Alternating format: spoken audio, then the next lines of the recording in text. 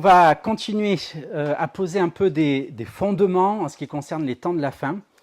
Et on va parcourir plusieurs textes que vous connaissez très certainement. Mais ça nous fait tellement plaisir de les lire ensemble, de les poser. Et vous savez, dans la synagogue, lorsqu'on lit la parole de Dieu, on se met debout.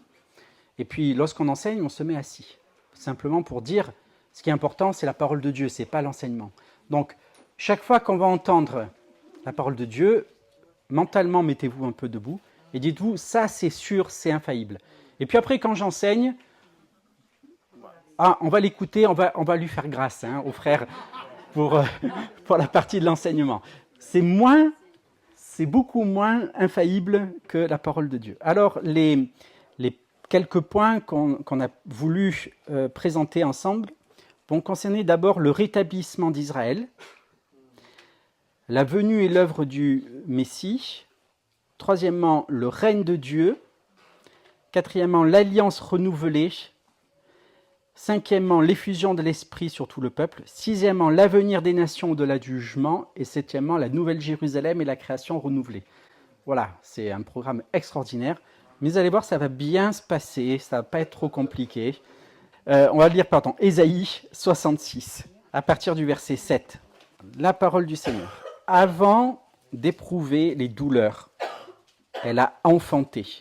Avant que les souffrances lui vinssent, elle a donné naissance à un fils.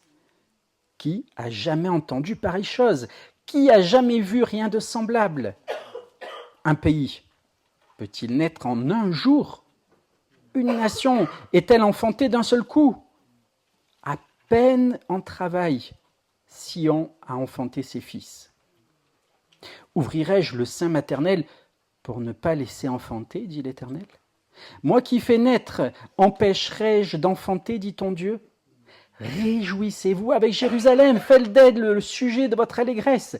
Vous tous qui l'aimez, tressaillez avec elle de joie. Vous tous qui menez deuil sur elle, afin que vous soyez nourris et rassasiés du lait de ses consolations, afin que vous savouriez avec bonheur la plénitude de sa gloire. Car ainsi parle l'Éternel, voici je dirigerai vers elle la paix comme un fleuve, et la gloire des nations comme un torrent débordé. Et vous serez allaités. Vous serez portés sur les bras et caressés sur les genoux, comme un homme que sa mère console, ainsi je vous consolerai. Vous serez consolés dans Jérusalem. Je vais vous lire un commentaire très ancien qu'on appelle le Targum. Targum Jonathan sur Ésaïe 66. Le Targum, c'est en fait une paraphrase, souvent une traduction, mais la plupart du temps une paraphrase du texte biblique. Et c'est un texte qui date d'avant le Nouveau Testament. Et je lis. À propos du verset 7. Donc le verset 7 dit « Avant d'éprouver les douleurs, elle a enfanté, avant que les souffrances lui vinssent, elle a donné naissance à un fils. » Voilà ce que dit le Targum. « Avant que la détresse ne l'atteigne, elle sera rachetée, avant que le tremblement ne l'atteigne, comme les douleurs d'une femme qui enfante, son roi se révélera. » Le retour du peuple juif sur sa terre et la restauration de la nation d'Israël est comparé à un enfantement. Et cet accouchement, cet enfantement, eh bien, il se fait dans une perspective messianique. Et cet accouchement, il est accompagné de douleurs, comme n'importe quel accouchement. Mais Dieu fait la promesse que ces douleurs seront de très courte durée. Amen. Cette promesse, eh bien, les amis, c'est une consolation pour le peuple juif, mais aussi pour toutes les nations qui seront associées à la souffrance d'Israël. Ceux des nations qui auront aimé Jérusalem, qui auront mené deuil sur sa destruction, ceux des nations qui auront aimé le peuple juif et qui se seront lamentés sur son exil parmi les nations, pas ceux qui auront dit « c'est le jugement de Dieu qui les a frappés, Dieu en a fini avec eux ». Ils ont donné le Messie, ils n'ont plus d'avenir. Pourquoi Dieu restaurerait encore ce peuple? Toutes ses promesses sont spirituelles. C'est pas pour eux, ça. Ça, c'est pas pour eux. C'est pour ceux qui ont mené deuil sur Israël et qui ont attendu sa consolation. Eh bien, ceux-là seront consolés par Dieu à Jérusalem. Ils seront l'objet de l'affection divine comme une mère qui console et cajole ses enfants. Donc, consolés avec Jérusalem. Cajolés comme une maman qui console son enfant. Et cette image donc montre l'amour intense de Dieu pour Israël et bien sûr pour les nations. Donc, ceux qui dans les derniers jours, on en parlera un peu plus tard, qui souffriront les temps de tribulation avec Israël, auront cette promesse que ces tribulations, ces douleurs d'enfantement du Messie, de l'ère messianique, seront de courte durée. Des douleurs courtes jusqu'à ce que le roi vienne. Vous êtes associés aux douleurs, eh bien vous êtes associés à la promesse que les tribulations, les douleurs d'enfantement seront courtes pour vous aussi. Deuxième point, la venue et l'œuvre du Messie sauveur. Le Messie, qu'est-ce qu'il fait? Il vient pour délivrer des ennemis et pour délivrer des péchés, et bien pour souffrir pour le péché du peuple. Je lis simplement ce passage d'Ésaïe 53, les versets 4 et 5. Cependant, ce sont nos souffrances qu'il a portées, c'est de nos douleurs qu'il s'est chargé, et nous l'avons considéré comme puni, frappé de Dieu et humilié, mais il était blessé pour nos fautes, brisé pour nos iniquités. Le châtiment qui nous donne la paix est tombé sur lui, et c'est par ses meurtrissures que nous sommes guéris. Donc on a ici, en fait, la promesse du salut d'Israël, la promesse d'une restauration spirituelle. Mais l'œuvre du Messie est aussi une action de délivrance physique du peuple juif.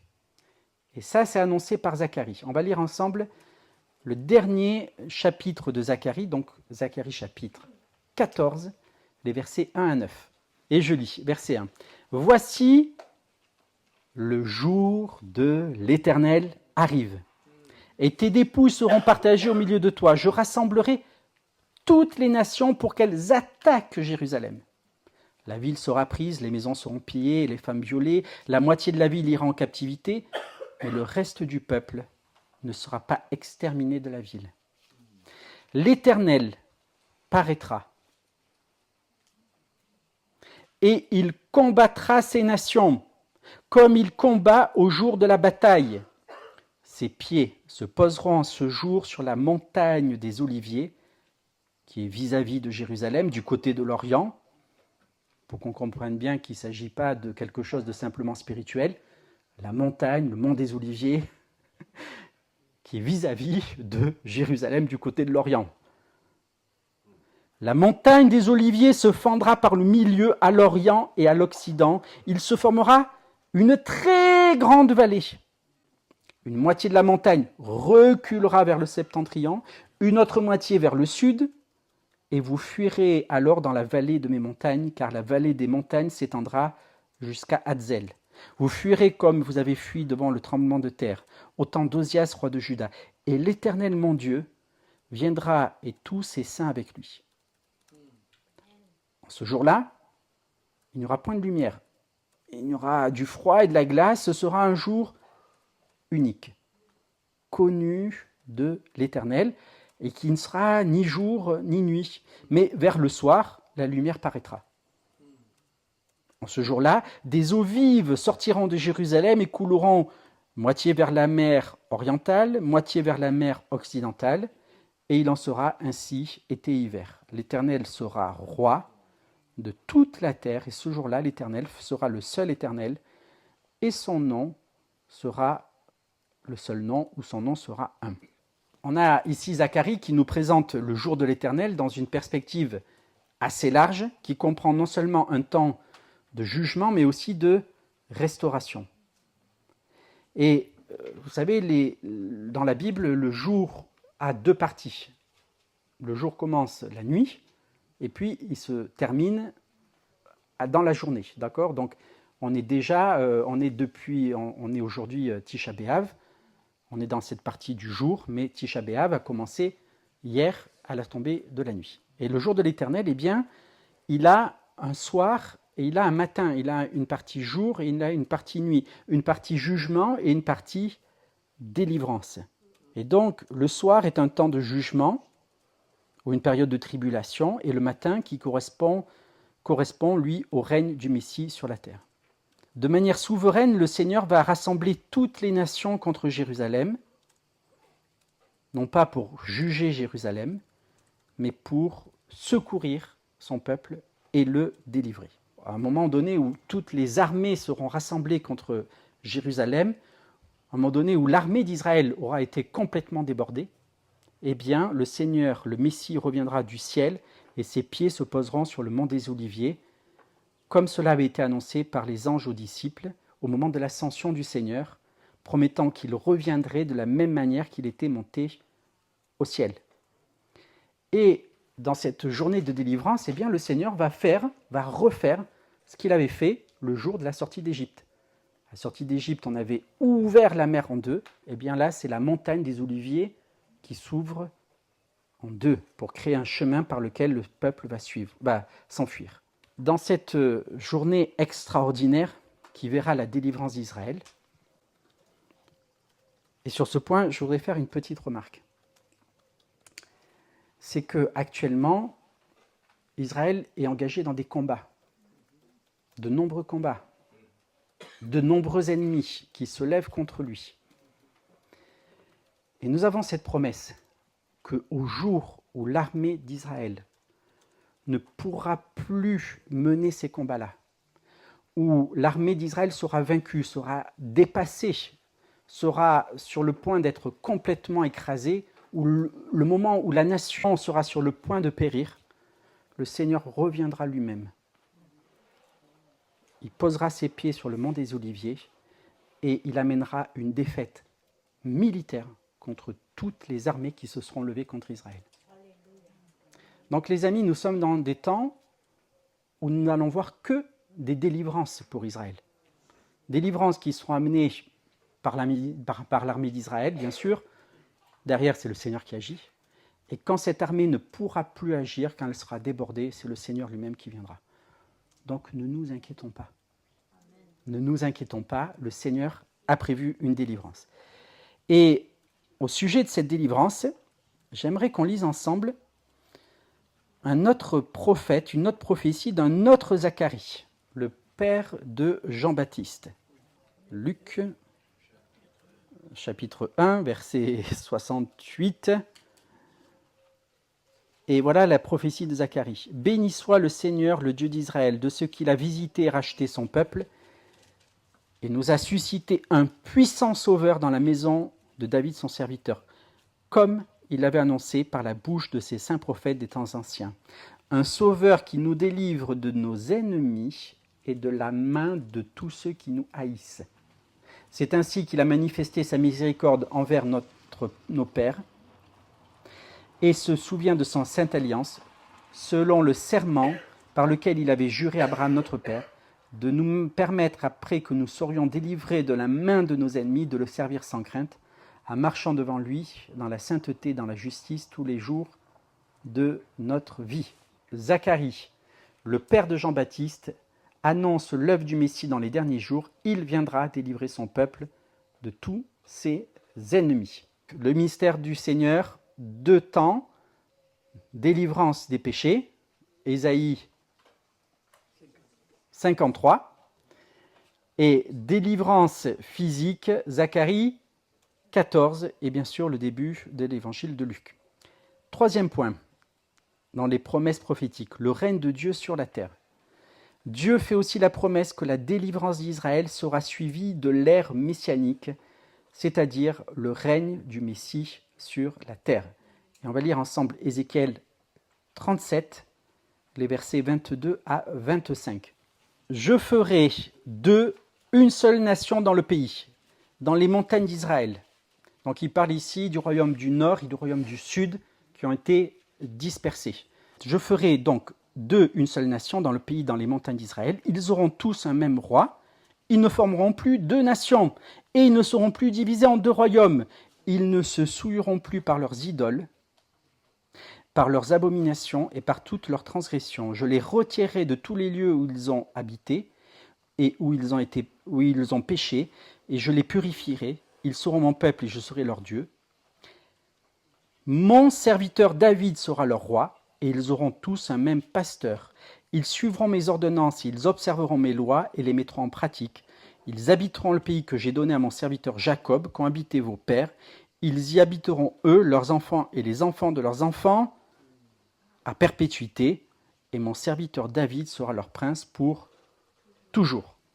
Donc on a ici une annonce de ce que sera ici le règne du Messie sur la terre, dans la personne ici préfigurée par David. Donc le Messie viendra pour régner sur la terre, pas simplement dans le ciel, mais il sera là sur la terre, il sera établi sur la terre. Et on le mentionne ici en tant que pasteur. Alors pasteur, berger, dans les textes prophétiques, ça désigne les rois. J'en veux à vous, méchants pasteurs, méchants bergers, hein, ces mauvais bergers, ces mauvais pasteurs, ce sont les mauvais leaders de la nation. Mais pas au sens spirituel, au sens roi, royauté, mauvais président, mauvais roi. Quatrième point, l'alliance renouvelée avec Juda et Israël. Dans le cadre de ce règne, eh bien, Dieu fera alliance avec son peuple. Et je continue donc Ézéchiel 37, je lis à partir du verset 26. « Et je traiterai avec eux une alliance de paix. Il y aura avec eux une alliance éternelle. Je les établirai, je les multiplierai et je mettrai mon sanctuaire au milieu d'eux pour toujours. Et mon habitation sera au-dessus d'eux, et je serai leur Dieu, et eux seront mon peuple. Et les nations sauront que je suis l'Éternel, qui sanctifie Israël, quand mon sanctuaire sera au milieu d'eux pour toujours. » L'alliance renouvelée entre Dieu et Israël sera un témoignage aux nations. Hein. Je traiterai avec eux une alliance de paix, et on nous dit, et les nations sauront que je suis l'Éternel. Et cette nouvelle alliance, ou ce renouvellement de cette alliance, donc sera ce témoignage de la fidélité et de l'amour de Dieu pour Israël. Elle est annoncée bien sûr par Jérémie, au chapitre 31. Alors on va lire ensemble Jérémie 31, versets 31 à 34. « Voici, des jours viennent, dit l'Éternel, où je traiterai une alliance nouvelle avec la maison d'Israël et avec la maison de Juda, non pas une alliance telle que celle que je traitais avec leur père au jour où je les ai pris par la main pour les faire sortir du pays d'Égypte, alliance qu'ils ont rompue, et moi, je les avais épousés, dit l'Éternel. Car voici l'alliance que je traiterai avec la maison d'Israël et après ces jours, dit l'Éternel. » Ah, c'est marrant qu'on mentionne la sortie d'Égypte et qu'un chien aboie, parce qu'un des miracles de la sortie d'Égypte, normalement, c'est que les chiens n'ont pas aboyé. Ça fait partie des miracles. C'est pour ça que lorsqu'on trouvait un animal mort qui avait été déchiré par une bête, on ne pouvait pas le consommer, mais on le donnait aux chiens pour les récompenser qu'ils n'avaient pas aboyé le soir de la sortie d'Égypte.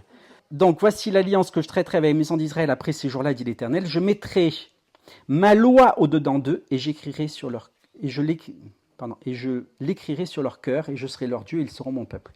Aucun d'eux n'enseignera plus son prochain, ni aucun son frère en disant « Connaissez l'Éternel, car ils me connaîtront tous, depuis le plus petit d'entre eux jusqu'au plus grand, dit l'Éternel, parce que je pardonnerai leurs iniquités et je ne me souviendrai plus de leurs péchés. » Donc fin des ministères d'enseignants, parce que tous connaîtront. Fin des ministères de prophètes aussi. Hein, la prophétie va cesser. On sera tous remplis du Saint-Esprit, ayant toute la connaissance de Dieu, toute la connaissance de toutes choses. Il n'y aura plus d'enseignants, il n'y aura plus d'estrade avec quelqu'un qui se tienne avec un micro, tout ça. Le but de cette nouvelle alliance qui est contractée avec la maison d'Israël et avec la maison de Juda est de confirmer le peuple juif comme peuple de Dieu. Et cette nouvelle alliance a été inaugurée par Jésus le soir du dernier repas. Et elle sera pleinement effective durant le règne messianique. Je voudrais là quand même que vous ayez peut-être une autre perspective sur la Nouvelle Alliance. La Nouvelle Alliance, on la voit des fois comme étant orientée sur le pardon des péchés, ce qu'elle est, bien sûr. Et puis, un ami pasteur me disait, mais quoi, la Nouvelle Alliance, elle n'est pas faite avec nous? Je dis, mais non, elle est faite avec Israël et avec Juda. Il n'y a aucune alliance dans la Bible qui soit faite avec les nations. à part l'alliance de Noé. À partir d'Abraham, Isaac, Jacob, David, l'alliance lévitique, toutes les alliances sont faites avec Israël exclusivement, mais, il y a un grand mais, dans le but que toutes les nations un jour rentreront dans cette alliance et seront partenaires de cette alliance. Mais les nations ne sont pas parties contractantes de l'alliance. Elles sont partenaires de l'alliance, mais pas contractantes de l'alliance. Elles sont bénéfices de l'alliance, mais elles ne sont pas signataires de l'alliance. C'est comme vos parents se sont mariés, vous êtes au bénéfice de l'alliance qu'ils ont contractée, vous en êtes même la conséquence, mais vous n'êtes pas partie contractante du mariage de vos parents. C'est clair que lorsqu'ils se sont mariés, ils se sont dit, un jour, on aura des enfants, c'est le but du mariage. Et le but de l'alliance avec Israël, le but de ce mariage entre Dieu et son peuple, c'est qu'un jour, Israël est comme des enfants, c'est-à-dire des personnes d'entre toutes les nations qui viendront se joindre à Israël et qui participeront aux bénédictions d'Israël. Et notons aussi dans ce passage le rappel de la sortie d'Égypte, qui est, comme je vous l'ai expliqué, le premier jour de l'Éternel, où Dieu est venu délivrer son peuple. Et donc Dieu introduit le peuple juif dans cette nouvelle alliance par le pardon des péchés, par la transformation des cœurs, et cette transformation n'est possible qu'en vertu d'une autre promesse eschatologique, l'effusion du Saint-Esprit sur Israël. On a déjà commenté Joël ce matin, je ne vais pas refaire le commentaire de Joël, mais Zacharie prophétise aussi une effusion de l'Esprit Saint sur Israël, conduisant à une repentance nationale. Et on va lire ensemble Zacharie chapitre 12 et les versets 9 à 10. « En ce jour-là, je m'efforcerai de détruire toutes les nations qui viendront contre Jérusalem. » On l'a déjà entendu, hein. « Alors je répandrai sur la maison de David et sur les habitants de Jérusalem un esprit de grâce et de supplication, et ils tourneront les regards vers moi, celui qu'ils ont percé. Ils pleureront sur lui comme on pleure sur un fils unique, ils pleureront amèrement sur lui comme on pleure sur un premier-né. » Le Saint-Esprit sera déversé sur Israël pour le conduire dans un temps de repentance concernant celui qu'ils ont percé. Lorsqu'on fait mention de celui qu'ils ont percé, c'est pour parler de la repentance d'Israël, pas pour dire c'est eux qui ont tué Dieu en le crucifiant à la croix, ce qu'on appelait le déicide. Et le Talmud, au traité Souka, relie ce passage au Messie souffrant appelé Ben Yosef, fils de Joseph. Et je lis, ces lamentations concernent le Messie Ben Yosef qui a été tué. Le Talmud nous dit que cette lamentation concerne le Messie. Et dans le judaïsme, on imagine, parce qu'on voit le Messie, des fois il est souffrant et des fois il est glorieux. Et vous savez, dans cette perspective télescopique, on ne comprend pas très bien. Avant que les événements arrivent, on ne sait pas, on a du mal à discerner. Il sera souffrant ou il sera régnant? Et c'est qu'une fois que le Messie est arrivé comme Messie souffrant, qu'on sait, qu'on comprend qu'il va revenir comme Messie régnant. Et donc, il y a cette théorie dans le judaïsme qu'il y aurait deux Messies, un Messie souffrant, et on l'a appelé fils de Joseph, en référence à Joseph qui avait été vendu par ses frères. Et puis un Messie régnant, qu'on appelait Ben David, fils de David, le roi David, qui va venir pour régner. Quand l'événement arrive, qu'est-ce qu'on comprend? C'est qu'il est venu comme fils de Joseph, et son père, effectivement, s'appelait Joseph, sans doute pas pour rien, et puis il revient comme fils de David pour régner.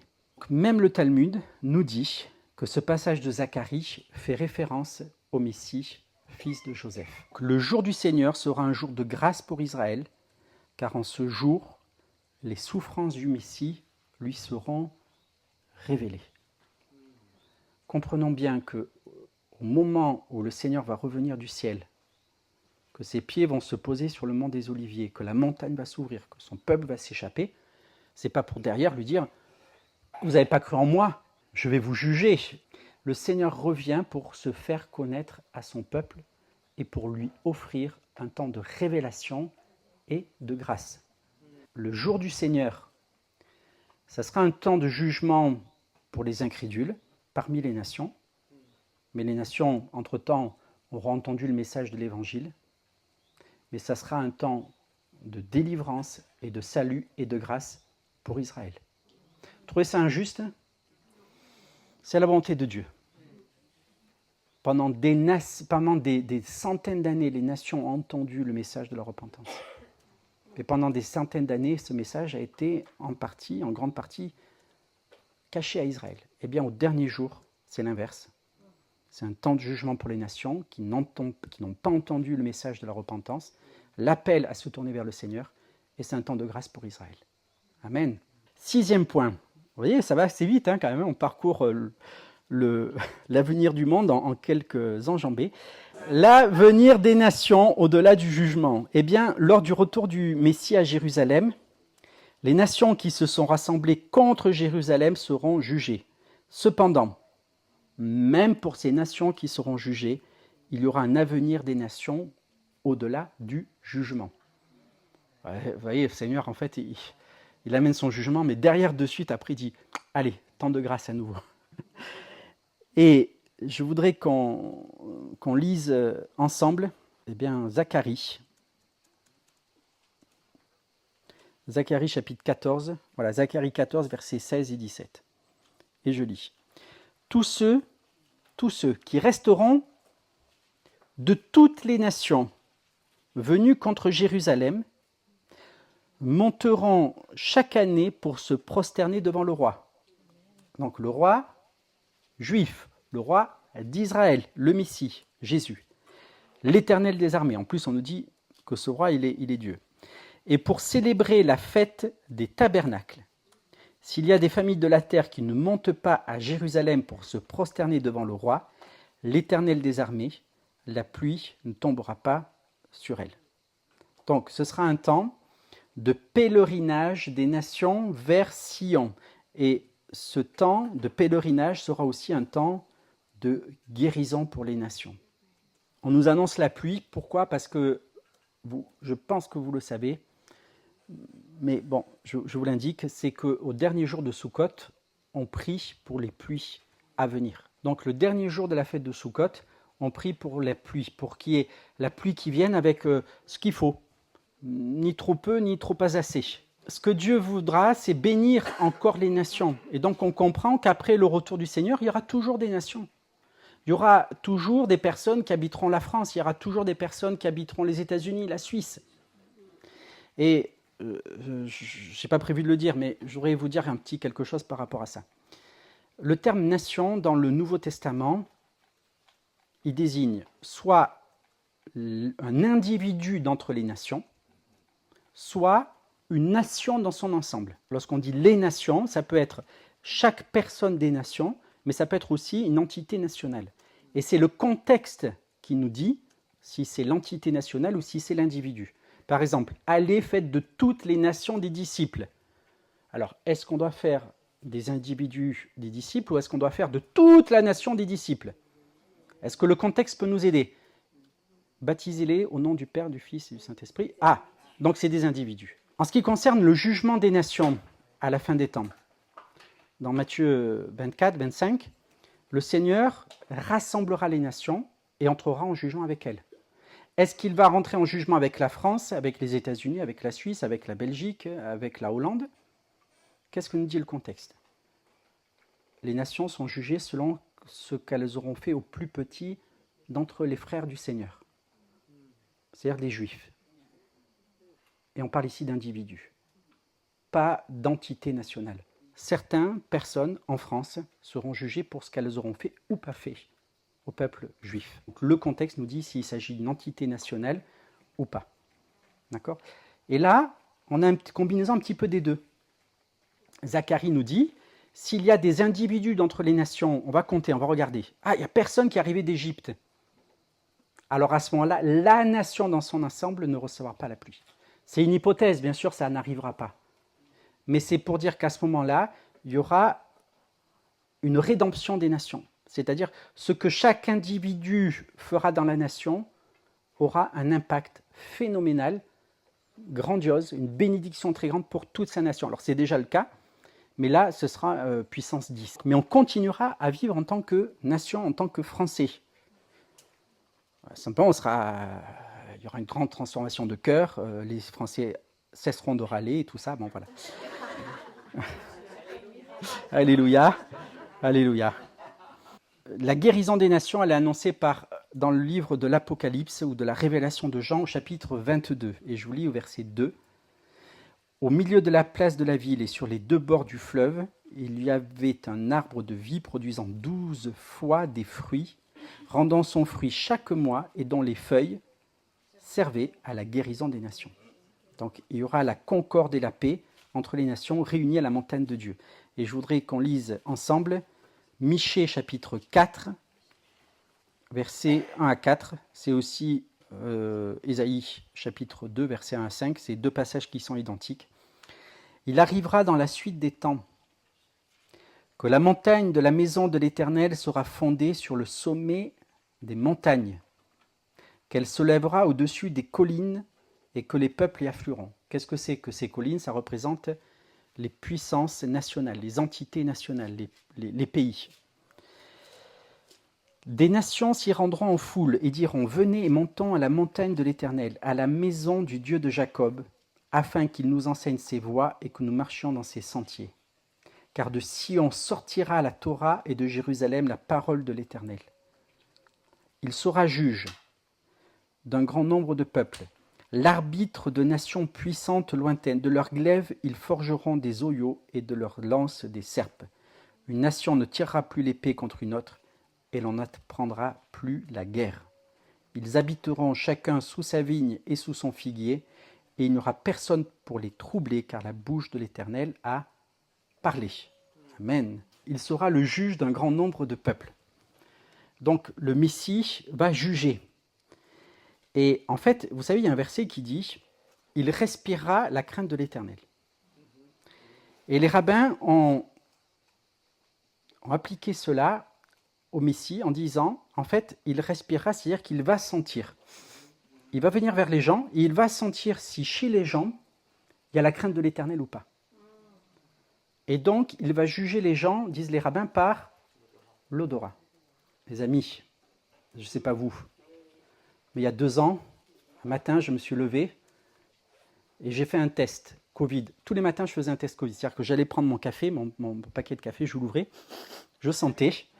Et puis un matin, pas d'odeur.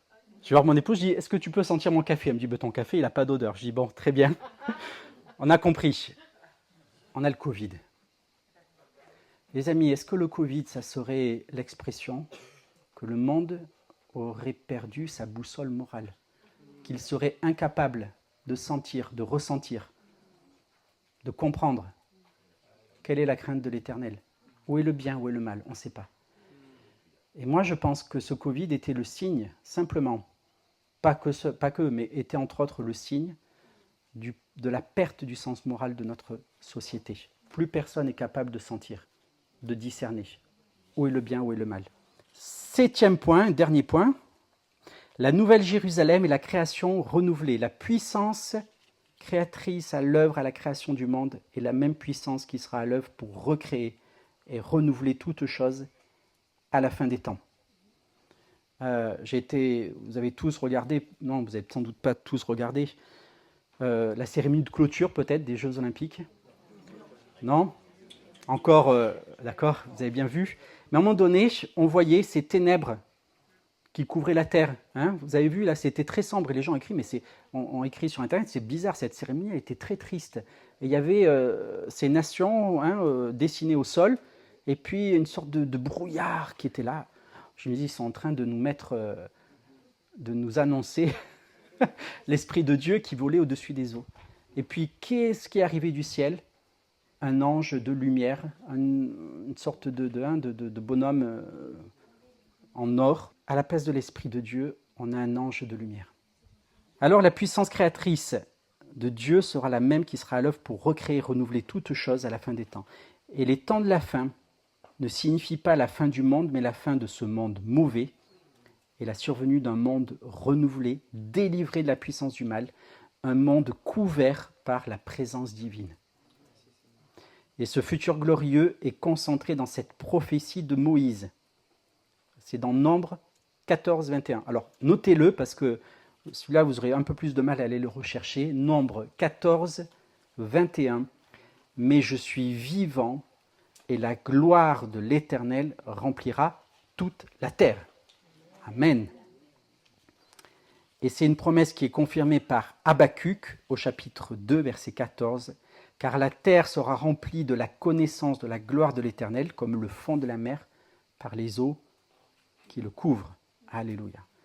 Et donc, comme la terre a été couverte par la présence de l'Esprit de Dieu qui voletait au-dessus des eaux, dans le premier acte de la création, eh bien, la gloire de Dieu remplira la terre pour la renouveler et la transformer dans un dernier acte de recréation. C'est ce que le Nouveau Testament appelle le rétablissement de toutes choses. Et donc, les derniers jours, on va finir positivement, les derniers jours signifient la venue d'un monde sur lequel Dieu règne et dans lequel il est présent. La gloire de Dieu, Emmanuel, Dieu avec nous, la gloire de Dieu vient. Ce n'est pas simplement sa renommée, c'est sa présence, c'est son poids. Il vient sur terre. Les amis, le Seigneur, il s'est quand même retiré du monde. On ne peut pas rester dans sa présence. Alors bien sûr, dans sa grâce, il nous donne le Saint-Esprit. Dans sa grâce, il nous conduit. Mais un moment donné viendra où le Seigneur sera présent dans le monde comme il était présent auprès d'Adam et Ève dans le jardin d'Éden. En conclusion, l'eschatologie est intrinsèquement liée à Israël et aux promesses que Dieu lui fait. Mais ces promesses, bien sûr, sont destinées à bénir toutes les nations. Et ces temps de la fin ne doivent pas être vus sous un angle exclusif de jugement, mais comme une perspective d'espoir pour le salut et la guérison des nations. Le plan de Dieu pour l'avenir est une source de joie et d'enthousiasme, une invitation à adopter une vision optimiste des temps à venir. Amen. On a peut-être le temps pour des questions que vous auriez. Jusqu'à présent, la théologie chrétienne insiste beaucoup sur le fait que Dieu a mis de côté Israël et que maintenant, il entre en relation avec toutes les nations sans la médiation d'Israël. Et que finalement, ces promesses spécifiques qui avaient été faites à Israël ont maintenant une valeur spirituelle, sont spiritualisées, on en parlera demain, et donc s'adressent à toutes les nations. Le but de Dieu, c'est de sauver toutes les nations de la terre. C'est son but. Et ça, c'est exprimé dans une promesse qui est faite à Abraham. En toi seront bénies toutes les nations de la terre. Alors, ça implique une chose. C'est que les nations doivent aller chercher leur bénédiction en connexion avec Abraham et avec la foi d'Abraham. Il a été promis à Abraham l'héritage du monde.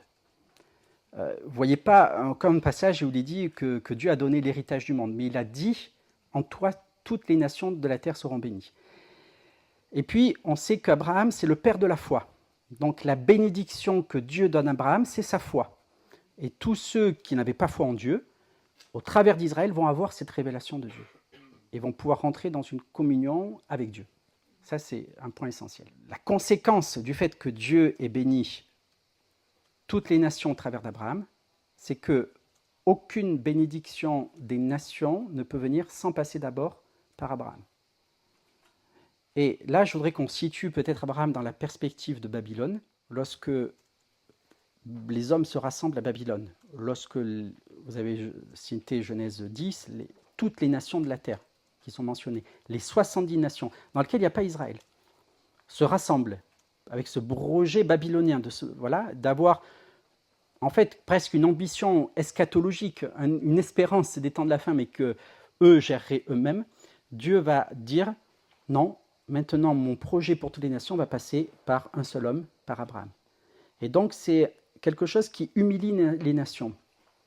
Ces nations orgueilleuses, suffisantes, sûres d'elles-mêmes, doivent maintenant s'humilier et dire « Ah oui, mais finalement, ce petit peuple méprisable qui n'a rien, même à l'époque c'est qu'Abraham, c'est par lui que je vais trouver ma rédemption. » Et bien sûr, ça se manifeste dans la personne du Messie, exclusivement. Je veux dire que j'ai bien insisté, la fidélité de Dieu à Israël, à ses promesses, est la garantie de la fidélité des promesses de salut qu'il a faites pour toutes les nations.